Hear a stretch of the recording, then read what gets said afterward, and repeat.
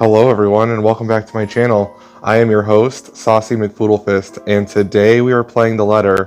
In the last one, we finished up Rebecca's chapter. She was attacked by the ghost in the library, and now we're moving on to Ashton, so let's get started. Parties have never really been my thing. They're always such a hassle and take so much time off my day, prior plans and commitments canceled, all for the sake of playing along with others. Welcome everyone. I hated them, even as a child. Please, make yourselves at home. But Mom often insisted.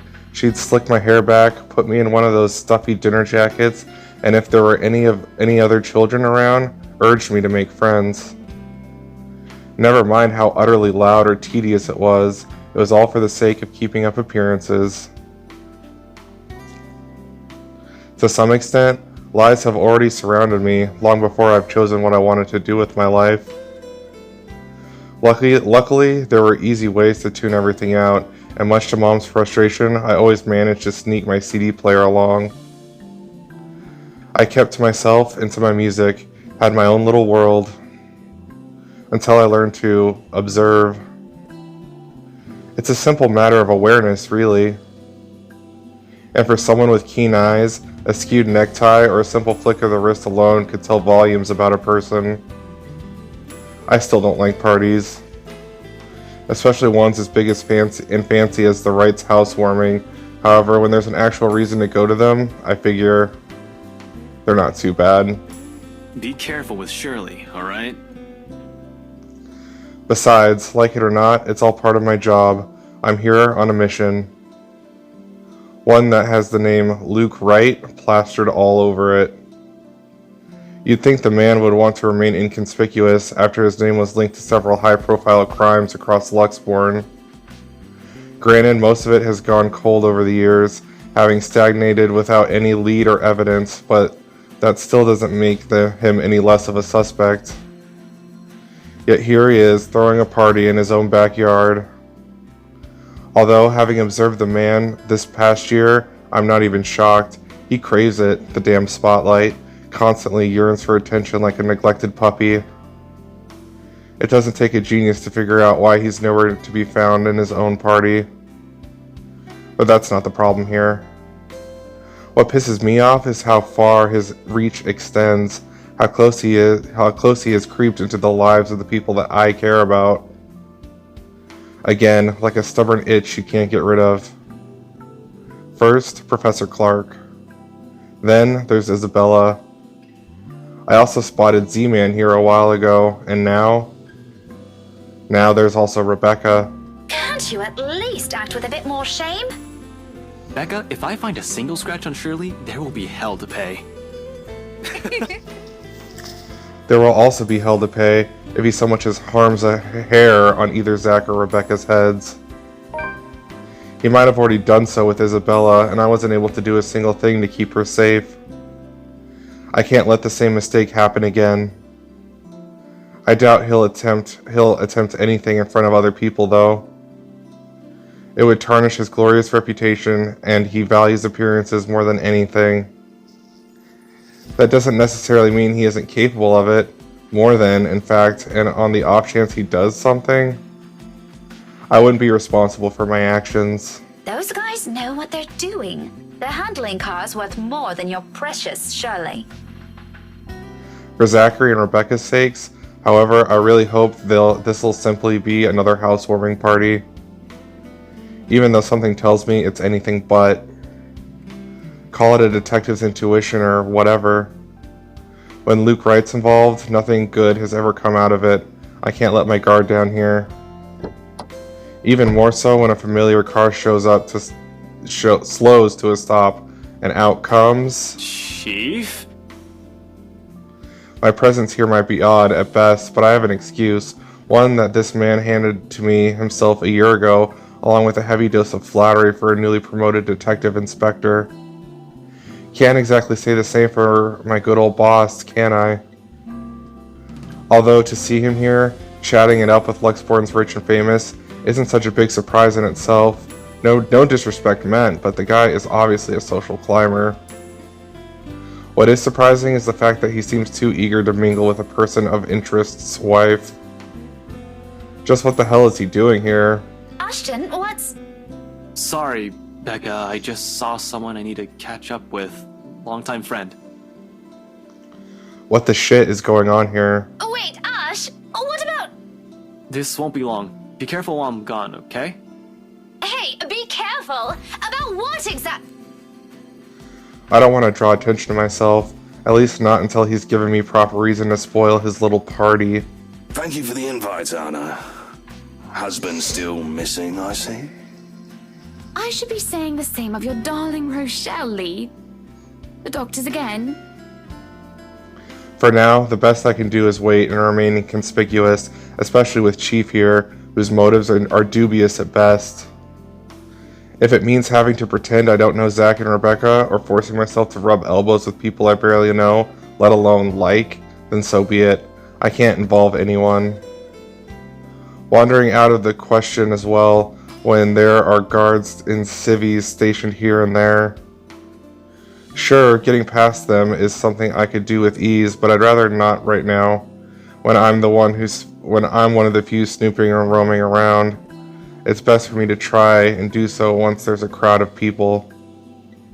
And if their interior design's drunken claims are to be believed.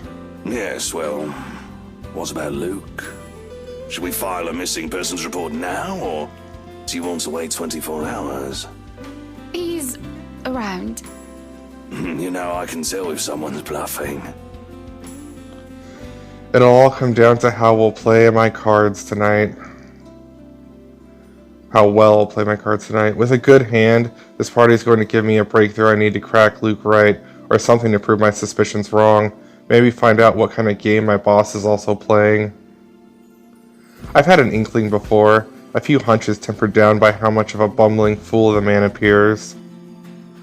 But one does not simply deal with the rights and get invited to a party they host without wanting anything from either of the two. Or is it the other way around? So with the last weary glance at the two, I head into the ballroom. I just hope this will not complicate things further. Shit. By the time the party's in full swing, night has fallen, yet there still isn't a Luke Wright in sight. The man can be quite ostentatious, but this, frankly, I'm impressed.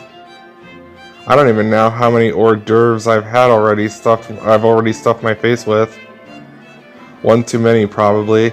The server's already giving me the stink eye every time I saunter over to the buffet table. Blame your employer, not me. He's the one who has the guts to show up late.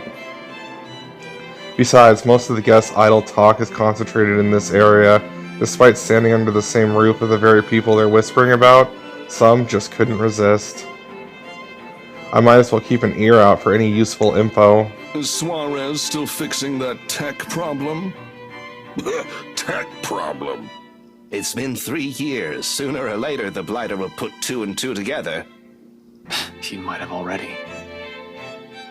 If the red tape I'm being slammed with the past few months suggests anything, that or someone has been pulling the strings.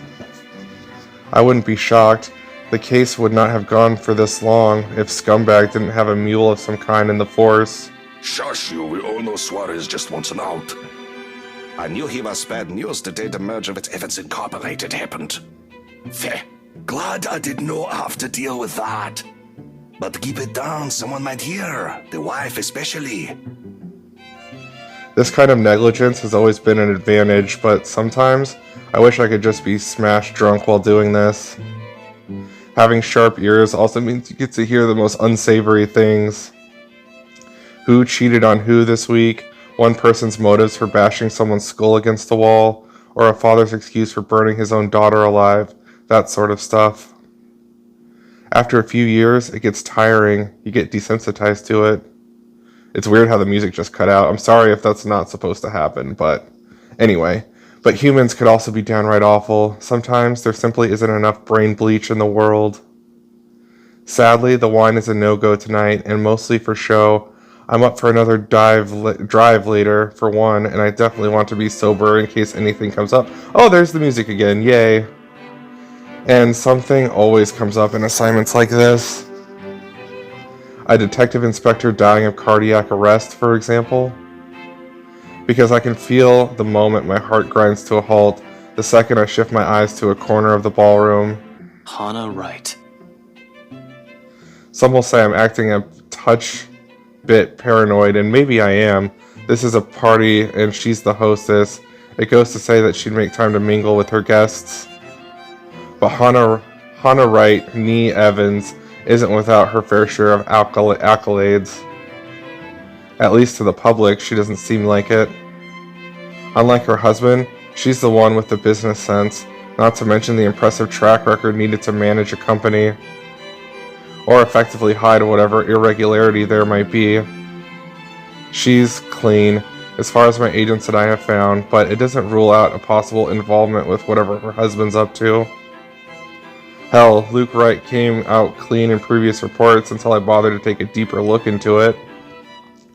What I've found may not be sufficient to bring anyone to trial yet, but it's enough to nurture suspicion.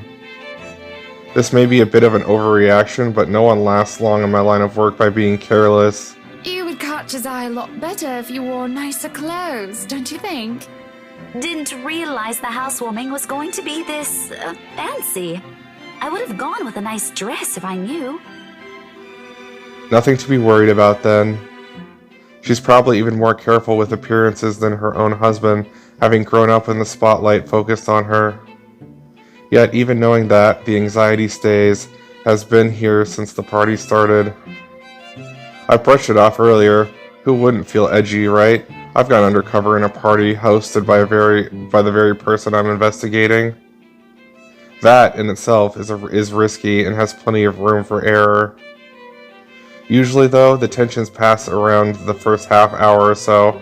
I've been trained to remain composed in situations like this. However, with each second I spend here, it only grows heavier and seeks to overwhelm. An odd feeling that someone is watching me instead. It has been like this since last week, but I should already be used to this. People would be looking at me, no matter how small or big of a blip I am on their radar. That's what they do in these things.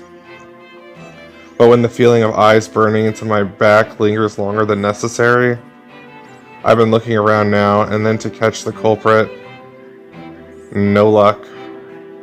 And despite my efforts to push the sensation as far down as I could, tiny pinpricks continue to sting the back of my head, and the ghost of cold touch creeps up my limbs. Until my gaze switches back to Rebecca and Hannah Wright. She stands there, dark-haired and dirty, sticking out like a sore thumb. Even so, no one seems to notice. Although she's looking away from me, her mere existence here strikes, disturbs. A sense of tunnel vision binds while I stand stock still and gape at her, like my life depends on making sure she stays where she is. I feel trapped in her presence until another guest bumps into me, yanking me out of my stupor. Only then do I realize I've been holding my breath. But I could figure out what happened. Before I could figure out what happened, she's gone. A quick scan of the room yields no sign of her. The party continues as if nothing's amiss. I'm not really one to judge, but I'm sure someone like that would not have been allowed in a fancy thing like this. What has the security been doing? Are they really incompetent for someone so distinct to easily get in without notice? There should have been an outcry by now, particularly from the host. She's been standing almost at arm's length away from the woman, and yet she simply continues to talk with Rebecca. Oh, the professor! And your little Becky! My parents couldn't make it since they're in Scotland right now. And Mom says hi, by the way. Is there something in the food then? That I'm starting to see things? It couldn't have been the wine, though I'm every bit as sober as when I first stepped out of my car. The hors d'oeuvre? But why would anyone want to do that? Why would Luke Wright want to do that? He's fishy, but I couldn't see why he'd ever think it'd be a good idea to lace the food he'd serve in his party with someone like Chief Lee on his guest list to boot. He has been linked to narcotics trade, yep. However, the kind of tactic is below him. That much I could tell. Unless there's a mass murdering waiting to happen here tonight, which I highly doubt. So... What the fuck was that? But there's no time to look deeper into this, even if I want to. Not when a telling silence comes upon the room and draws everybody's attention to the main doors of the ballroom. About damn time. Good evening, ladies and gents. Enjoying the party? I hope I'm not too late in welcoming you all to the right mansion. I've been tailing this guy for a while now. Before that, I heard stories from previous officers who tackled this case, none of which are pleasant. Mind, I'm not counting the incident with Professor Clark yet. Pleasant is glossing over the gravity of it. While Wright's good at covering whatever shady stuff he's doing, he's shown to be a really rotten guy. At least that's the case when he thinks none of his peers are around to judge him. I've lost track of how many counts of verbal abuse and harassment cases the guy could be pinned with. Fuck, if he even tried to make a move on Isabella back in the open house, right in front of his wife. Standing in the same room as him doesn't make me want to punch him any less. Actually, the urge is stronger, but protocols, my case, first and foremost. My opinion of the man shouldn't get ahead of my purpose here. If I want to put him in his place, it should be in a court with all the proper charges filed against him. And I'll only be able to do that once I gather enough evidence to pin this bastard down. Welcome one and all to our humble abode. Tonight, if you have yet to find yourself in your roles, you are all ladies and lords of the court of your king and queen, if you would excuse my presumptuousness. So, enjoy the feast that has been laid out for your senses as we only allowed the best to be served. Enjoy the rest of your night, everyone! Suppressing my annoyance, I prepare to step away from the crowd. Amidst the cheers and claps, now is a good time as any to make a move, try to find something nice, something the McCullough woman talked about. In the first place, I have no plans to actually shake hands with that slime ball himself. A fake smile is plastered on my face while I pretend to listen to one of the other guests gossiping about him, all while slowly inching out of the ballroom. Unfortunately, before I could get any further... Are you feeling ill, Rochelle? Perhaps you need to sit down and... Rich people only have two things to resolve their mess. Either they quickly deal with it behind closed doors, or they create an even bigger problem out of it and it just blows up in everyone's faces one way or another. Fun. No! Shut it, you monster! I ain't talking to you! I'm talking to this scumbag over here! You bloody bastard standing there with your smarmy smile! Not even a few seconds in, and this is already proving itself to be a big public spectacle. Why spend money on television to buy daytime soap operas? You could just go to one of those parties and see the action unfold in real life. You get free food, too. Really, if I were an actual guest, I'd just take this as some sordid form of amusement. Watch your tongue! You're on thin ice, Rochelle. Where's your husband? Who even invited you? But I'm not a guest who's here for a good time. I need to focus on him, even through this whole sorry tale. So I wait, I listen, I observe. Interesting, isn't it, though? That the chief inspector's wife... That's the chief inspector's wife. Oh, really? That's the chief inspector's wife? So Luke possibly got the chief inspector's wife pregnant? I thought she was just some random crazy lady. That's interesting. Okay, well, I'm back. I'm invested. October 29th, Saturday. The morning after starts off quiet. Even the whole of Salem Wells residents seem unusually still. The open hallway, when I step out, is devoid of tenants. No sound coming from other units either. It's almost as if something's brewing on the horizon. A peaceful night's sleep still does wonders for the mood, though. I can't even remember the last time I've slept without anything urgent interrupting. It's a nice break from all the bad news lately. If it wasn't for the insistent buzzing in my pocket waking me up, I'd sleep in. The ringing has stopped before I could move somewhere private, but sleep has been effectively kicked out of my system by then. Pity, I could use a little more rest until I have to face the other storm. Of course, I owe Rebecca an explanation. It doesn't matter if it's the whole truth or a hastily spun tale. Although I haven't really figured out how to go about this yet. Unlike Zach and Isabella, who don't usually ask questions are content with what little I could share, Rebecca's rather quick on the trigger. It will have to be set aside for later, though. The chief's name stares back at me, almost as if it's mocking me. Sad. It would have been nice to just chill after last night, or maybe half listen to the news. Sure, it's the same thing we've been hearing lately. Still beat standing outside the chilly Luxembourg morning on the phone with my boss. Sighing, I answer it, if only to get this over with. Where are you right now? Now that's the tone I didn't expect from him at this hour. Just thinking how this'll go already gives me a headache. Immediately, I reach up and pinch the bridge of my nose to stave it off. This is why I won't ever drink myself senseless. What was that? Nothing, Chief. A pleasant morning to you, too. He's probably calling to rag on me or complain about his wife, which is really none of my business unless it affects my case.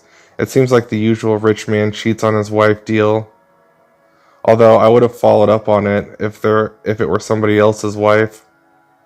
But figuring it's the chief's, hey, I trust him to come clean if the missus is related to the right shady dealings. This is why I left before they even hauled the woman out last night.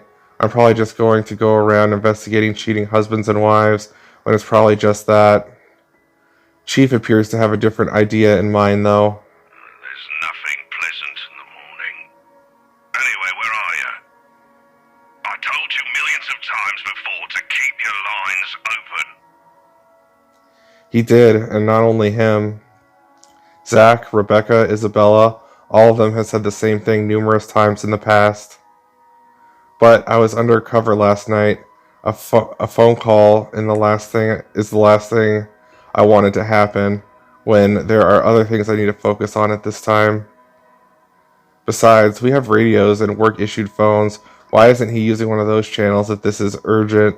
Just woke up, sir. As awesome as it is to hear your voice this morning, it really is early. If you could give me a few minutes just to wake myself up, that'd be swell. No need for that. This won't take long. Is something wrong? Am I needed at the precinct ASAP? Oh no, everything's good over there. Just look, kid. Pray. Don't take this personally, alright? You're off the Luxembourg firm case. Starting today. Well, I did not expect to hear that either. This must have been some kind of cosmic joke. I allow some awkward seconds to pass. Chief must be pulling another one of his awful pranks. Out of his bad mood or severe hangover, maybe? Everyone knows that when given the chance, he exercises no control with his drinking. If it wasn't for his wife causing a stir, he'd probably be trashed an hour in at the party. He'd likely drink more after they threw her out of the ballroom. Besides, his sense of humor has never been good. It's just infuriating most of the time. But when he doesn't follow it up, it sounds like a tiny bit frustrated speaking to me. If I sound a tiny bit frustrated speaking to my own superior, I'm not the one to blame. Wait, no. What? Are you kidding, Chief? Is this one of your practical jokes again? The temps won't say anything about it, but It's not that. They're orders. From the higher-ups. Ah, the higher-ups, yes, my favorite word. Since when did the higher-ups even care about what the criminal investigation department did? As far as I could tell, they don't give a hoot if a CID is filled with cold cases, as long as we keep the spending low. When I need to view those old case files, though, They're locked away in the archives. You got to have to check with the higher-ups. I need access to these reports, see if the higher-ups would allow it. Every step, every move in this case, there isn't one that hasn't been gated by some authority. If it's not the chief, it's the commissioner, or so they always tell me. It makes one wonder why they even bothered assigning it to anyone. Not a single one of them has done anything to help move the case. And they wonder why it has taken this long for even a hint of progress to show. You can't just drop this on me. You can't just take me off like that. Yes, I can. And I'm sorry, Ashton. You're a good detective. One of the best I've seen in years, but... 3 years, Chief. 3 years! 3 years since that anonymous tech leak blew up. Since Luke Wright's name was openly linked to several nasty dealings within Luxborn's corporate world, some of them involving deaths. 3 years, and I was the only one who made it this far, made much progress the officers with experience were able to do when they handled this case. Just within a year, and with barely any help from the damn brass at that. Of course, I'll be pissed. Do you know what would have happened if I didn't work my ass off on this thing? If I didn't dedicate a whole year of my time on it? It would have gone cold, like every fucking case Luke Wright has been linked to. I saved this from getting thrown into the archives, sir. I'm getting close. If you could just... I'm fully aware of what you've done, Frey, but the Commissioner hasn't been happy with your progress. Still too slow by their standards. Too slow? Well, what about those reports I filed? I've documented every freaking thing for them. I've given you every important lead I can gather. Isn't that enough? They need results, not a bunch of research papers. Not one baseless assumption after another. Concrete proof, Frey. I'm really sorry. They've already made a decision. They're going to pass this on to someone who's been in the force longer. Someone who has more experience. Someone who has more experience? They meant nothing by it, but you're still too young to work on a case this big. Chief, I've already done more than what those old farts ever did behind their desks. All of it, within just a year of being assigned to this. Watch your language, Frey. Those are your superiors, I'm not some damn rookie fresh out of training. I'm as qualified as they are. Futile, I know it is. They'd never say it within my earshot, but from the very minute I stepped into the precinct, a lot of them had underestimated me, from their stares alone to the assignments I get. To them, I'm still just a kid, too young, too green, too inexperienced. And once they pull that card on me, every argument I have gets thrown out of the window. No matter how logical it is, how much I've accomplished, what the record says, or the amount of work I've put into every investigation they've thrown my way. We're all aware of your skills, kid. You wouldn't have that badge and rank if you weren't good enough. However, this case is just not for you.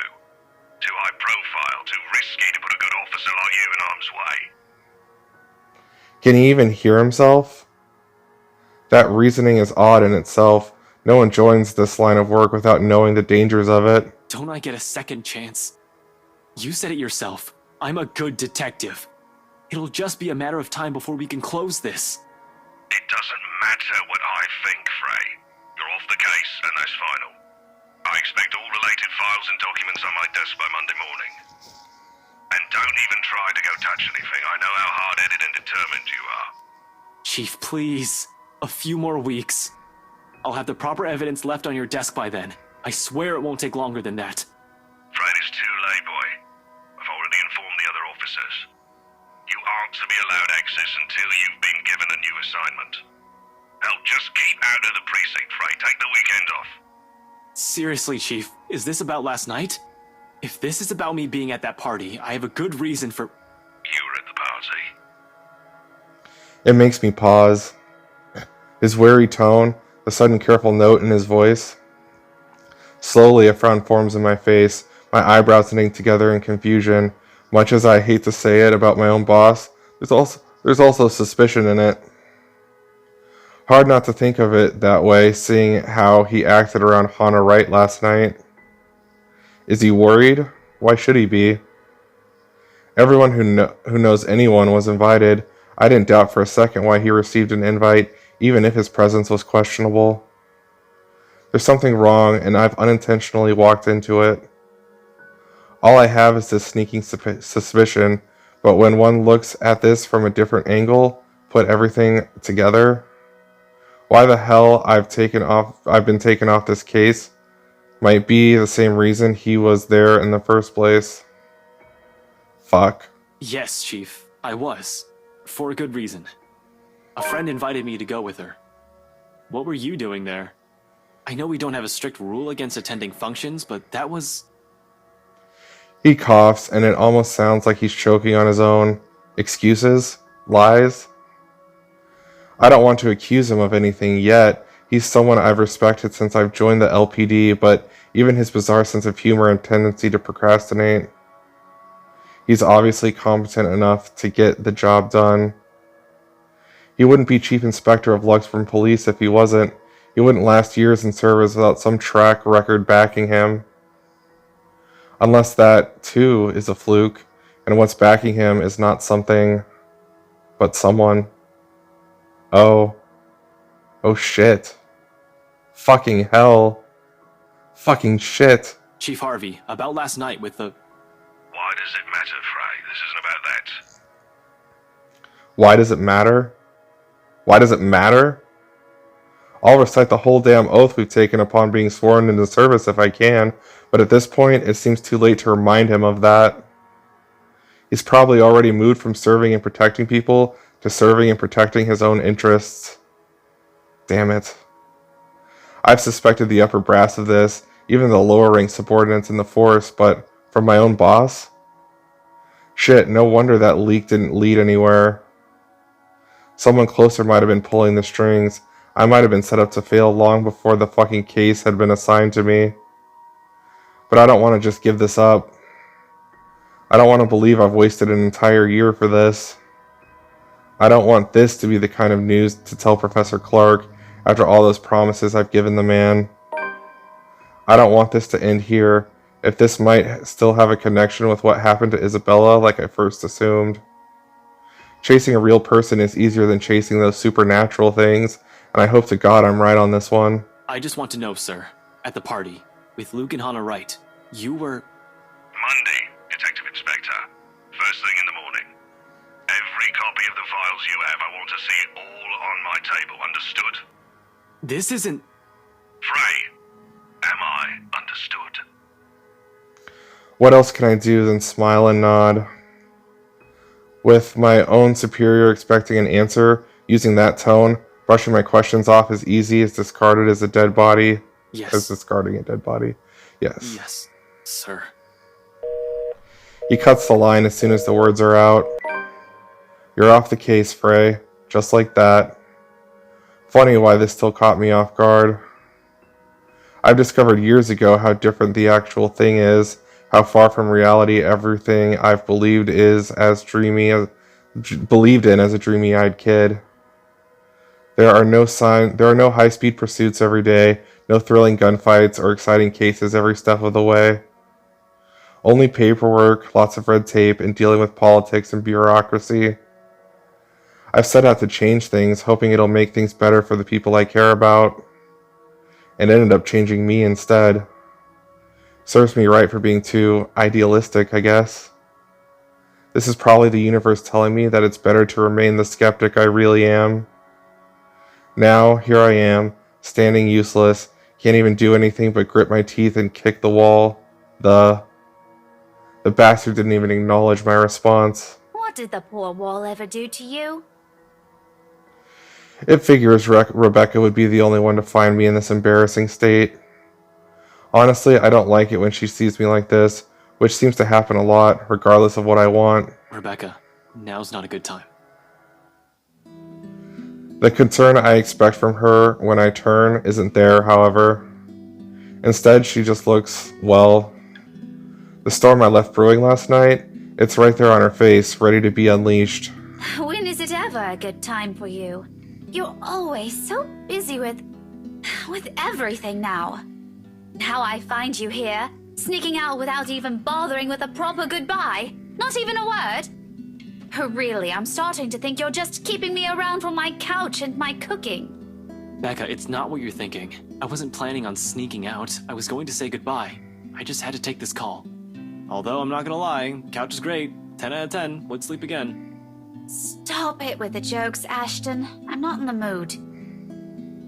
Her bitterness is not lost on me, but at this point in our friendship, in our lives, how does she expect me to answer that? What am I supposed to tell her now? Are you still mad about last night? She merely raises an eyebrow at me, which, to be honest, is all the response I need. Seeing her like this makes me believe the things that Z-Man says, the part where Rebecca scares him sometimes. I've certainly seen this more than once already, but the familiarity of it doesn't really take away from the downhill turn this conversation's starting to take. Only an awkward cough serves as a way to stall. Okay, of course you're still mad. But whatever happened last night, I really am sorry. I'll apologize as many times as you want. If you want, I'd even kneel or something. Ashton, an apology is nice and all, but that's not what I wanted to hear from you today. Alright, fine, okay. Where do you want to start? Oh, I don't know. I've honestly lost track of it by your third trip to the buffet table. I wasn't... The drive up there took a bit. Can you blame me if I wanted to grab some appetizers? Oh, come on, Ash! For the whole evening? For the whole party? Please don't tell me that's all you did, because I've never known you as someone who pigs out. You even took great lengths to avoid me. Should I also mention how you ignored Zach? Sometimes I get the feeling you don't want to be seen with us in public. Some friendship, huh? You know it's not like that. It's never going to be like that, Becca. Maybe you even just used me to get into the party. You said yes to being my +1, but you were rather excited to just peel yourself off, weren't you? Honestly, I'm feeling a bit used. I couldn't even look her in the eye. It wasn't that I lied to her. I honestly wanted to be there, to keep Zach safe, to keep Rebecca safe. Just in case. Client or family friend, it was still a party hosted by a person of interest, by a man accused years ago of murdering a person's wife to get what he wanted. Interesting. Luke murdered someone's wife, okay. But then Chief showed up, Hannah Wright happened, and Luke Wright just couldn't be bothered to die peacefully somewhere. All of a sudden, none of my original reasons mattered. If I was found out right then and there, hell, if Zach and Rebecca's connection with me was found out, who knows what might have happened. But Rebecca doesn't understand that, doesn't understand what I can and can't say to them to keep them from harm. It's all in her eyes, in her tight line, or in the tight line of her lips, and her furrowed brows. The hurt. I'll ask this again. Just what were you up to during the party? What were you doing that you couldn't even take 2 seconds to make time for your friends? The day is just off to a wonderful start. First, my case, now Becca. How do I even go about this? I'm going to insist it's confidential. No, I'll stretch the truth. Why not? Obviously, I couldn't say, hey, Becca, you know the rights? They are expected to be ringleaders of a crime syndicate and shit like that. Protocol or otherwise, there are so many things I'm not allowed to tell the others. Even if I am able to share information with civilians, knowing anything could very well put them in danger. It's why I keep it vague, obscure the facts, or when push comes to shove, stretch the truth and lie through my teeth. It's a necessity I've grown to deal with. It's already become a part of me, no matter how much I loathe doing it. I mentioned it, didn't I? I saw an old friend and I thought I'd catch up. Didn't really notice how long our chat got. You know what they say about time flying when you're having fun, and Lloyd is a fun guy. She doesn't look convinced at all. Although she's the very picture of someone who's at least willing to listen, her glare effectively takes a good 20 off my current years. I feel like a kid again, being reprimanded by my junior high school teacher for sleeping in class. But getting away with that is easier than this one.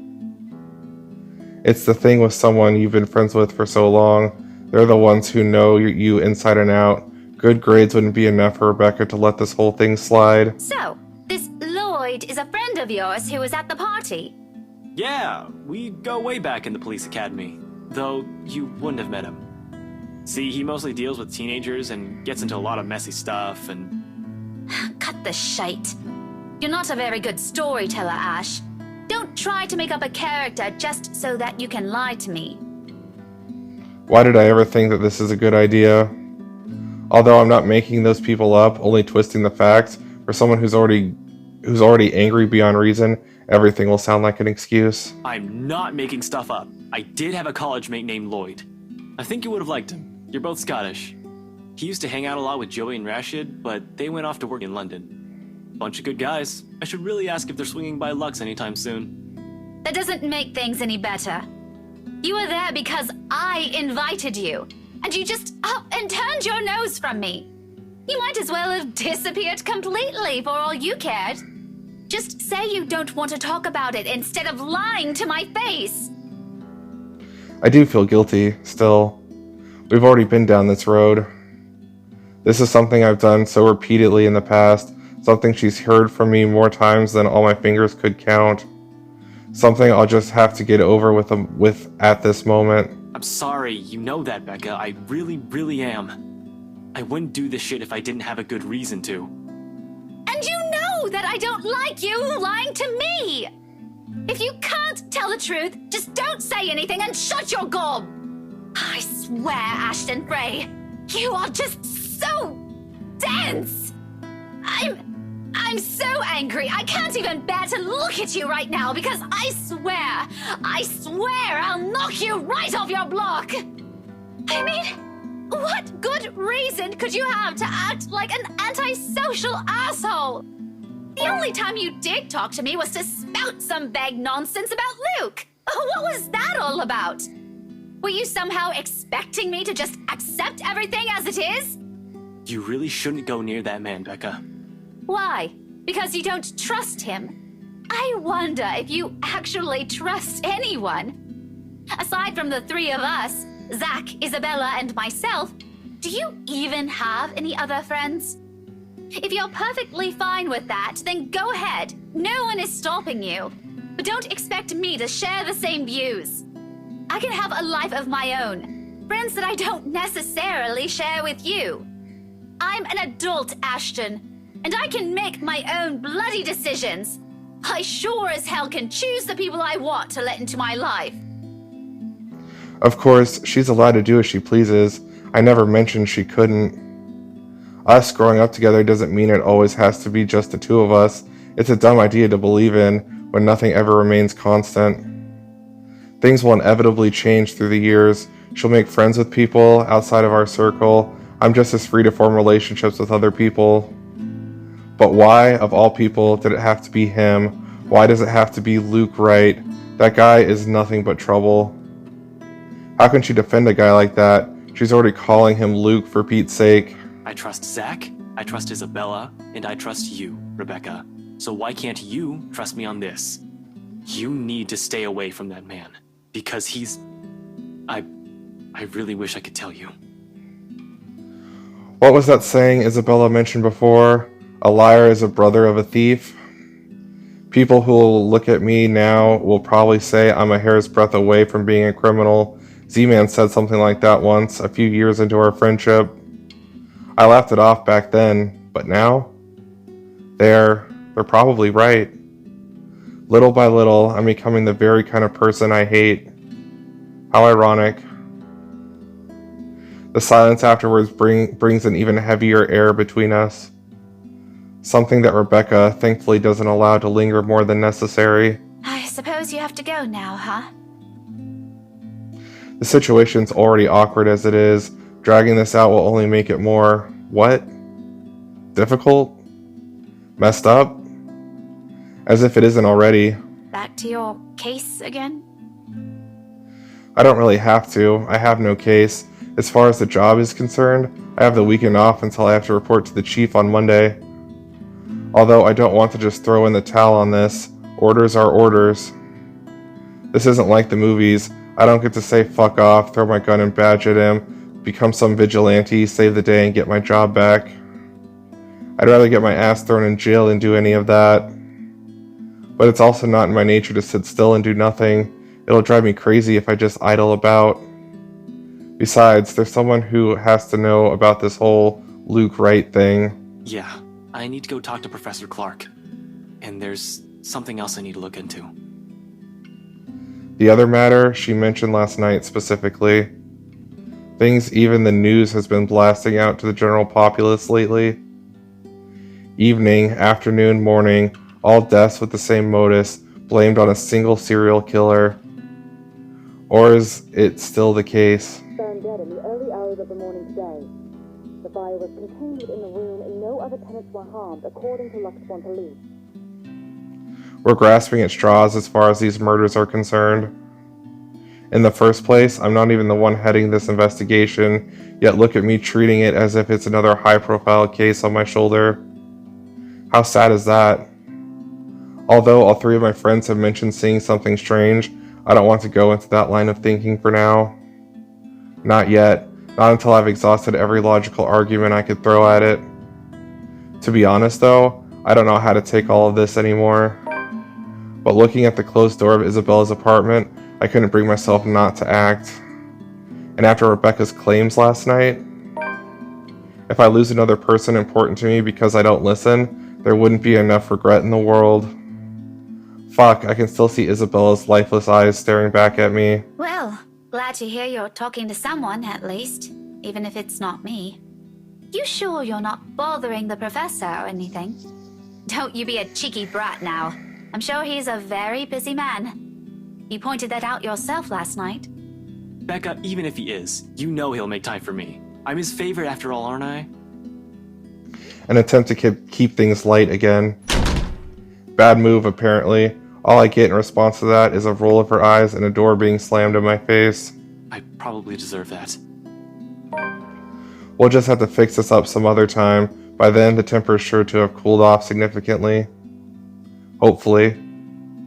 For now, I can't laze around. Gotta attend to things that are more important. Find Professor Clark, deliver the bad news, then maybe I'll drop by Zach's, check on him, hear what he has to say. He has also read that damn letter. I might as well, while I'm here, playing a paranormal detective, or was it supernatural? I can't remember. Whatever. It wouldn't hurt anyone if I tried to get to the bottom of this. If nothing comes out of this, good. Everyone can shut up and be about stupid curses, and we can finally get back on track with our lives, on to more important stuff. If there is something. I'll cross that bridge when I get there. And so, with a last deep draw of breath, I step on into the morning, setting aside my own problems for now, all while carrying a new set of uncertainties within me. If I'm lucky and Professor Clark has no other obligations today, I know just where to find him. Alright, we're going to end the episode off here. Thank you all so much for watching. I know this was kind of a long one. If you like this video, give it a thumbs up, or don't. I don't give a shit. And I'll see you all in the next one. And, goodbye, everyone.